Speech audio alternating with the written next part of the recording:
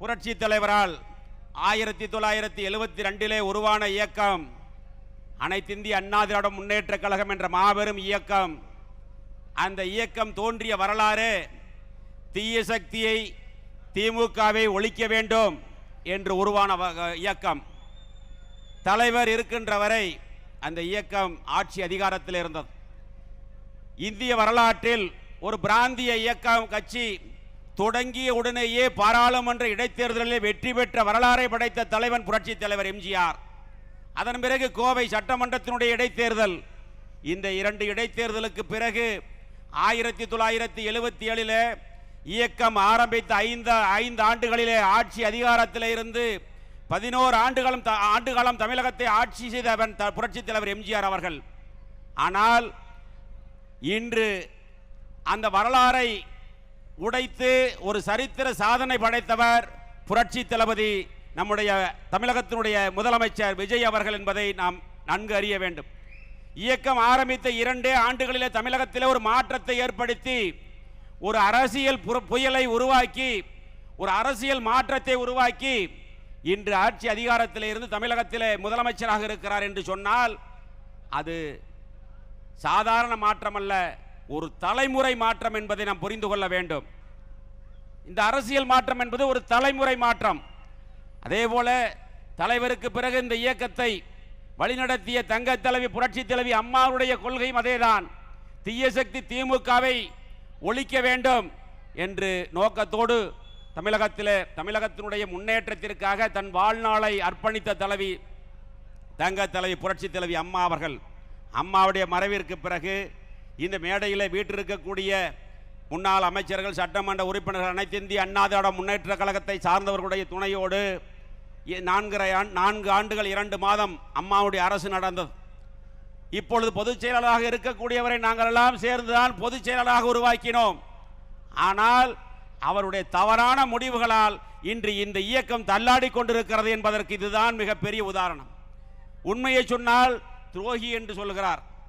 உண்மையை எடுத்து சொன்னால் யார் துரோகி என்பதை நீங்கள் புரிந்து கொள்ள வேண்டும்.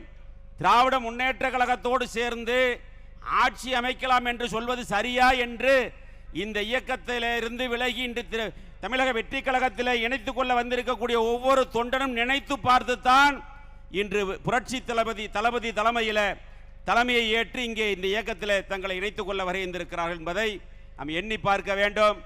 42 ஆண்டுகள் இயக்கத்தில் உறுப்பினராக இருந்து 25 ஆண்டுகள் தீவிர அரசியலிலே இருந்தவனான். பல்வேறு உள்ளாட்சியிலே பல்வேறு பதவிகளில் இருந்து புரட்சி தலைவி அம்மா அவர்கள் அடையாளம் காட்டப்பட்டு 5 ஆண்டுகள் போக்குவரத்து துறை அமைச்சராக பதவி கொடுத்து அழகு பார்த்த தாய் புரட்சி தலைவி அம்மா அவர்கள். கரூர் சட்டமன்றம் என்று சொன்னாலே உங்களுக்கு நன்றாக தெரியும். அது தமிழக வெற்றி கழகத்தினுடைய வரலாற்றில் ஒரு கரும்புள்ளியாக இருந்தது கரூர் சம்பவம் என்பதை நீங்கள் தெரிந்து கொள்ள வேண்டும். 41 அப்பாவி உயிர்கள் இறந்தது தளபதி அவர்கள் கரூர் வருகையின் போது. அது மட்டுமல்ல, கரூர் சட்டமன்றம் என்பது தமிழகத்தில் இருக்கக்கூடிய 234 தொகுதிகளிலும் இருக்கக்கூடிய அரசியல் விமர்சகர்களும் அரசியல் பார்வையாளர்களும் உற்று நோக்கக்கூடிய ஒரு தொகுதியாக இருந்தது. ஏனென்று சொன்னால் அந்த தொகுதியில் அதிகாரத்தினுடைய உச்சத்தில் பல்வேறு பொய் வழக்குகளையும் பணத்திமிரில் தன்னுடைய அதிகாரத்திலும் பணத்தை வைத்து ஜெயித்து விடலாம், ஆட்சி அதிகாரத்துக்கு வந்து விடலாம் என்று சொன்னவர்களுக்கு மத்தியில் மிகப்பெரிய போராட்டத்திற்கு இடையில் நாம் வெற்றி பெற்றோம். இருந்தாலும் வெற்றி பெற்ற பிறகும் சட்டமன்ற உறுப்பினர் பதவியை துறந்து இன்று புரட்சி தளபதியினுடைய தலைமையில் இந்த இயக்கத்தில் கரூர் மாவட்டத்தில் இருக்கக்கூடிய அனைத்திந்திய அண்ணா திராவிட முன்னேற்ற கழகத்தின் நிர்வாகிகள் அத்தனை பேரும் இங்கே வருகின்ற தங்களை இதில் இணைத்துக் கொண்டிருக்கிறார்கள் என்று சொன்னால் இன்று அரசியலுடைய நிலை என்ன என்பது தெரியும். ஒரு தலைவன் சரியான முடிவு எடுக்காமல் இருந்தால் அந்த இயக்கம் எப்படி போகும் என்பதற்கு உதாரணம் தான் இன்றைய நிலை என்பதை நீங்கள் தெரிந்து கொள்ள வேண்டும். அப்பேற்பட்ட மிகப்பெரிய இயக்கம் 1.5 கோடி தொண்டர்கள் இருக்கிறார்கள். அடிமட்ட தொண்டனுடைய உணர்வை புரிந்து கொள்ள வேண்டும். நான் பல மேடைகளில் பேசும் பொழுது சொல்வேன், கீழே இருக்கக்கூடிய தொண்டன் கொடி பிடித்தால்தான் அந்த இயக்கத்தினுடைய தலைவன் கோட்டையிலே கொடியேற்ற முடியும் என்பதை புரிந்து கொள்ள வேண்டும். அப்பேற்பட்ட மாபெரும் இயக்கம், அந்த இயக்கம் திராவிட முன்னேற்ற கழகத்தோடு சேர்ந்து ஆட்சி அமைக்கலாம் என்று சொல்கிறார்கள். அதை பற்றி எல்லாம் கவலைப்படாதவர்கள் உண்மையை எடுத்து சொன்னால் துரோகி என்று சொல்லுகிறார்கள். எனவே இன்று தமிழகத்தில் ஒரு மிகப்பெரிய அரசியல் புரட்சி ஏற்பட்டிருக்கிற, தமிழகத்தில் அல்ல இந்தியாவே திரும்பி பார்க்கின்ற வகையில் நம்முடைய புரட்சி தளபதி நம்முடைய முதலமைச்சர் அவர்கள் ஒரு அரசியல் மாற்றத்தை ஏற்படுத்தி இருக்கிறார். இப்பொழுது மட்டுமல்ல, தலைவர் இருக்கின்ற வரை 11 ஆண்டுகள் 3 முறை தமிழகத்தினுடைய முதலமைச்சராக இருந்தார். அதே போல இனிமேல் தமிழகத்தில் வெற்றி கழகத்தினுடைய ஆட்சி, புரட்சி தளபதி விஜய் அவர்களுடைய ஆட்சிதான் தமிழகத்திலே தொடரும் என்று சொல்லி இந்த இணைப்பு விழாவில் கலந்து கொண்டிருக்கக்கூடிய அனைவருக்கும் நானும் 2 பேரும் விஜயபாஸ்கர், புதுக்கோட்டையும் விஜயபாஸ்கர், கரூரும் விஜயபாஸ்கர் என்று சொல்லி நாங்கள் இருவரும் மற்றும் மற்ற மாவட்டத்தை சார்ந்தவர்கள் இருக்கிறார்கள். அது மட்டுமல்ல, நம்முடைய முதலமைச்சர் புரட்சி தளபதி அவர்கள் சமீபத்தில் ஓரிரு வாரங்களிலே கரூர் வர இருக்கின்றார். அந்த கரூர் நிகழ்ச்சியிலே இன்னும் அலைகடலாக இருக்கக்கூடிய தொண்டர்களையும் அதில் இணைத்து இந்த இயக்கம் தொடர்ந்து வெற்றி பெறுவதற்காக உண்மையாக உழைப்போம் என்று சொல்லி இந்த இணைப்பு விழாவில் வருகின்றிருக்கக்கூடிய அனைத்து நிர்வாகிகளுக்கும், மேடையில் வீட்டிருக்கக்கூடிய அமைச்சர் பெருமக்கள், சட்டமன்ற உறுப்பினர்களுக்கும், என்னோடு வருகின்ற அனைத்து நிர்வாகிகளுக்கும் மீண்டும் ஒருமுறை நன்றி கூறி விடைபெறுகிறேன். நன்றி, வணக்கம்.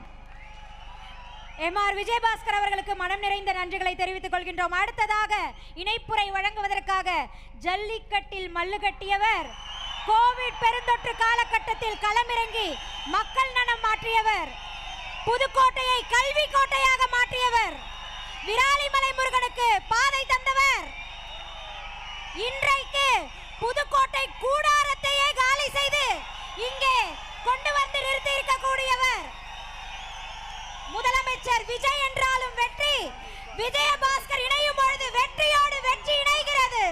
இதோ முன்னாள் அமைச்சர் டாக்டர் சி விஜயபாஸ்கர் அவர்கள் உங்கள் முன்னால். அனைவருக்கும் என்னுடைய அன்பான வணக்கம்.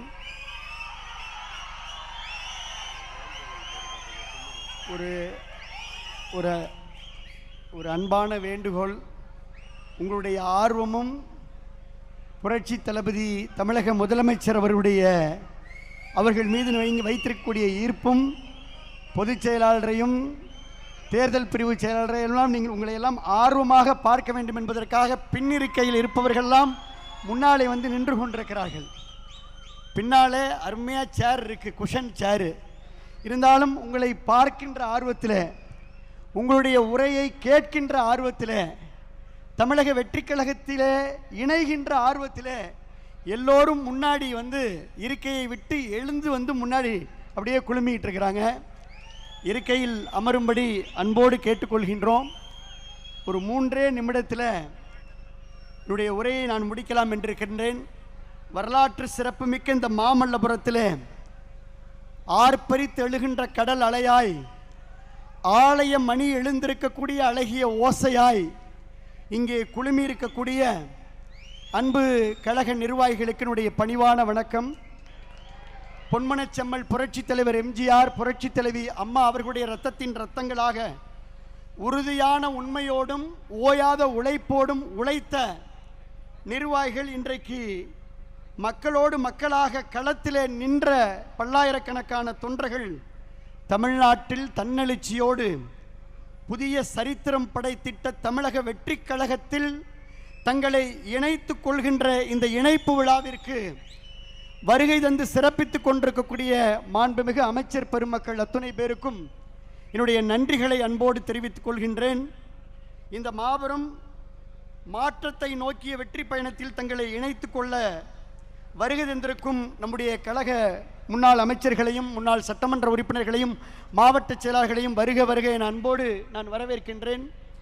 மாண்புமிகு நம்முடைய பொதுப்பணி மற்றும் மாண்புமிகு நம்முடைய நீர்வளத்துறை அமைச்சர், ஊரகத்துறை அமைச்சர், பொதுச் செயலாளர் என் ஆனந்த் அவர்கள், மாண்புமிகு பொதுப்பணி நெடுஞ்சாலை விளையாட்டுத்துறை அமைச்சர் அன்பு சோதரர் ஆதவ் அர்ஜுனா அவர்கள், வருவாய்த்துறை அமைச்சர் கே செங்கோட்டையன் அவர்கள், மருத்துவத்துறை அமைச்சர் டாக்டர் அருண்ராஜ் அவர்கள், தொழிலாளர் நலத்துறை அமைச்சர், எங்களுடைய மாவட்ட கழகத்துடைய மரியாதைக்குரிய செயலாளர் அன்பு மாப்பிள்ளை, எங்களுடைய நெஞ்சமெல்லாம் நிறைந்திருக்கக்கூடிய முகமது பர்வேஸ் அவர்கள், மாப்பிள்ளை வணக்கம். மாண்புமிகு பால்வளத்துறை அமைச்சர் சி விஜயலட்சுமி அவர்கள், இந்து சமய அறநிலையத்துறை அமைச்சர் அன்பு சகோதரர் ரமேஷ் அவர்கள், சமூக நலம் மகளிர் நலத்துறை அமைச்சர் திருமதி ஜெகதீஸ்வரி அவர்கள், சிறு குறு நடுத்தர தொழில்துறை அமைச்சர் பி மதன்ராஜா அவர்கள், சுற்றுச்சூழல் அமைச்சர் மரியாதைக்குரிய ராஜீவ் அவர்கள், போக்குவரத்துறை அமைச்சர் அன்பு நண்பர் மரியாதைக்குரிய விஜய் தமிழன் பார்த்திபன் அவர்கள், மீன்வளத்துறை அமைச்சர் மரியாதைக்குரிய அண்ணன் ஸ்ரீநாத் அவர்கள், முன்னாள் அமைச்சர் கரூரிலிருந்து இங்கே அனைத்தையும் கலைத்து விட்டு வருகின்றக்கூடிய என்னுடைய அன்பு சகோதரர் எம்ஆர் விஜயபாஸ்கர் அவர்கள், முன்னாள் அமைச்சர் அன்பு சகோதரர் எஸ் வளர்மதி அவர்கள், முன்னாள் அமைச்சர் எம்எஸ்எம் ஆனந்தன் அவர்கள், மரியாதைக்குரிய மாவட்ட கழகத்துடைய செயலாளர் பி கே வைரமுத்து அவர்கள், மரியாதைக்குரிய அண்ணன் ஒரத்தநாடு சேகர் அவர்கள், மரியாதைக்குரிய இளம்பை தமிழ்ச்செல்வன் அவர்கள், மரியாதைக்குரிய சீனிவாசன் அவர்கள், எங்களுடைய அண்ணன் கடம்பூர் ராஜு உடுமலை ராதாகிருஷ்ணனிலிருந்து எங்களுடைய தாவேகா சட்டமன்ற உறுப்பினர்கள், கரூர் மாவட்ட செயலாளர் மதிவான் உள்ளிட்ட எல்லா கழக நிர்வாகிகளும் பொறுப்பாளர்களும் நாடாளுமன்ற சட்டமன்ற வேட்பாளர்கள் எல்லாரும் இருக்கிறாங்க. அனைவருக்கும் அன்பான வணக்கம். இங்கே கூடியிருக்கின்ற ஒவ்வொருவருடைய முகங்களிலும் நான் பார்ப்பது ஒரு மகிழ்ச்சி, பார்ப்பது ஒரு மலர்ச்சி. காரணம், பழையன கழிதலும் புதியன புகுதலும் தான் ஒரு மலர்ச்சியை உருவாக்கும். அதனால் பழையன கழிந்து புதியன புகுதல் என்பது இன்றைக்கு மகிழ்ச்சியை கொடுத்திருக்கிறது. நம் மண்ணின் மக்களினுடைய வாசனையோடு விராலிமலை சட்டமன்ற தொகுதி மண்ணை வணங்கி, மக்களை வணங்கி, புதுக்கோட்டை மக்களை வணங்கி ஒட்டுமொத்த கருத்துக்களின் அடிப்படையிலே இந்த முடிவை எடுத்திருக்கின்றோம். பொதுச் செயலாளர் அவர்களுக்கும் பொதுப்பணித்துறை அமைச்சர் அவர்களுக்கும் நான் அன்போடு சொல்வது, தேர்தலுக்கு முன்னதாகவே எங்கள் தலைமையிடம் கடுமையாக வலியுறுத்தினோம். தமிழக வெற்றி கழகத்தோடு நாம் கூட்டணி வைக்க வேண்டும் என்று நாங்கள் வலியுறுத்தினோம். தலைமை செவிமடுக்கவில்லை. தேர்தலுக்கு பின்னரும் மக்கள் ஏகோபித்த ஆதரவை தமிழக வெற்றி கழகத்திற்கு வழங்கியிருக்கிறார்கள். அதனால் நாம் தமிழக வெற்றி கழகத்துடைய அரசிற்கு ஆதரவளிக்க வேண்டும் என்று வலியுறுத்தினோம். அதையும் செவிமடுக்கவில்லை. ஆனால் இதை செவிமடுக்காத அந்த தலைமை, தனிப்பட்ட ஒருவர், இயற்கைக்கு முரணாக எந்த திராவிட முன்னேற்ற கழகம் தீய சக்தி என்று புரட்சி தலைவர் எம்ஜிஆர் சொன்னாரோ அந்த தீய சக்தியோடு கூட்டு வைத்து ஆட்சி அமைக்க முயன்றதிலே எங்களுக்கு உடன்பாடு இல்லை. கரெக்டா?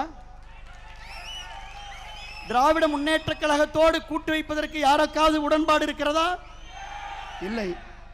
ஆகினால இயற்கையாக உணர்வுகளோடு மக்களுடைய கருத்துக்களை கேட்டு சரித்திரத்திலே நிலைத்துவிட்ட பேரறிஞர் அண்ணா அவர்கள் சொன்னது போல, எதிர்கொண்ட முதல் தேர்தலிலே ஒட்டுமொத்த இந்தியாவையும் திரும்பி பார்க்க வைத்து தமிழ்நாட்டின் அரசியல் திசையை தீர்மானித்து அண்டை மாநிலங்களை அதிர வைத்திருக்கும் மக்கள் விரும்பிய மாற்றத்தின் சக்தி நம்முடைய முதலமைச்சர் அவர்கள்.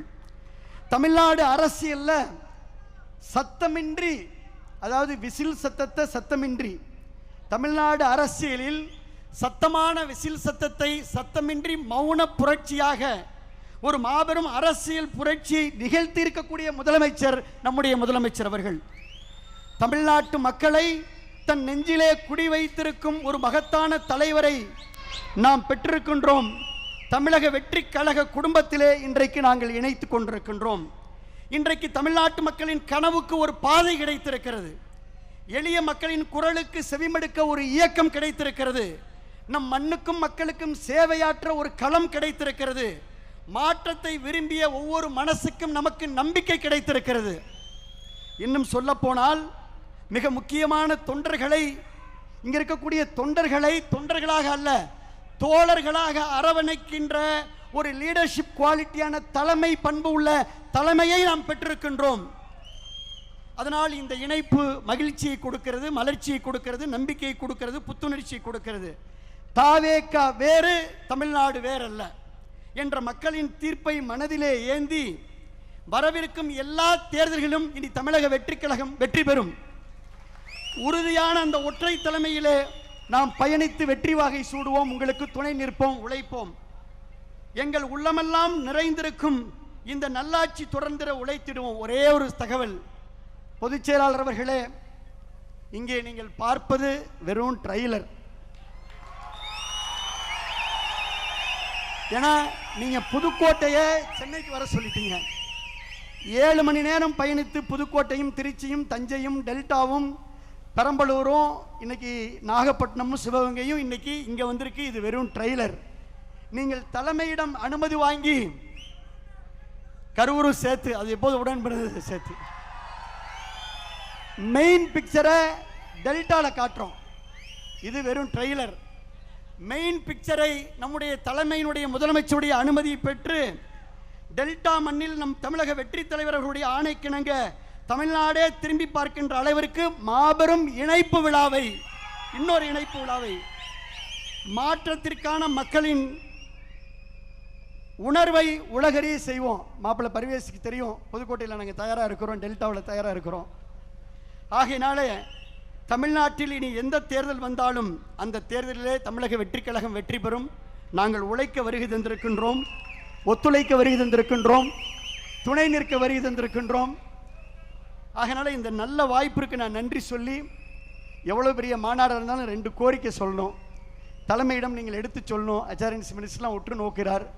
ஒன்று, காவிரி வைகை குண்டாரை கடந்த ஆட்சியிலே கிடப்பிலை போட்ட அந்த திட்டத்தை நம்முடைய தமிழக வெற்றி கழகத்திலே மீண்டும் வெட்டி 7 மாவட்ட விவசாயிகளுக்கு காவிரி நீரை வழங்க வேண்டும். இங்கே நிறைய ஜல்லிக்கட்டு தலைவர்கள்லாம் வந்திருக்காங்க. எங்களுடைய உயிர் ஜல்லிக்கட்டுக்கு நம்முடைய அரசு நிச்சயமாக துணை நிற்கும், நம்புகிறோம். நீங்கள் பார்த்துக்குவீங்க, ஏற்கனவே சொல்லியிருக்கீங்க, துணை நிற்க வேண்டும் என்று சொல்லி எங்களை இணைத்து கொண்டதற்கு எங்களுடைய மக்கள் சக்தி தலைவர் அவர்களுக்கு, தமிழக வெற்றி கழகத்துடைய தலைவர் மாண்புமிகு முதலமைச்சர் அவர்களுக்கும், வருகை தந்து எங்களை பெருமைப்படுத்தி ஊக்கப்படுத்தி உற்சாகப்படுத்திய பொதுச் செயலாளர் உள்ளிட்ட அனைத்து மாண்புமிகு அமைச்சர் பெருமக்கள் அத்துணை பேருக்கும், அனைத்து தமிழக வெற்றி கழகத்துடைய சட்டமன்ற உறுப்பினர் அத்துணை பேருக்கும், எங்களுடைய முன்னாள் அமைச்சர்கள், எங்களுடைய முன்னாள் சட்டமன்ற உறுப்பினர், ஒன்றிய செயலாளர், காலையில் 6:30 மணிக்கெல்லாம் அரங்கம் நிரம்பி வழிந்தது. இப்போ உங்களை பார்க்குற ஆர்வத்தில் தான் சேரை விட்டுட்டு வந்து முன்னாடி நின்றுட்டு இருக்கிறாங்க. ஆகினால என்னுடைய உரையை நேர காலம் கருதி இத்தோடு முடித்து கொண்டு மீண்டும் ஒரு முறை நன்றி நன்றி நன்றி என்று விஜயபாஸ்கர் எம்ஆர் விஜயபாஸ்கர் சார்பில் விஜயபாஸ்கர் ஸ்கொயர் சார்பில் நன்றியை தெரிவித்துக் கொண்டு விடைபெற்றுக் கொள்கின்றோம்.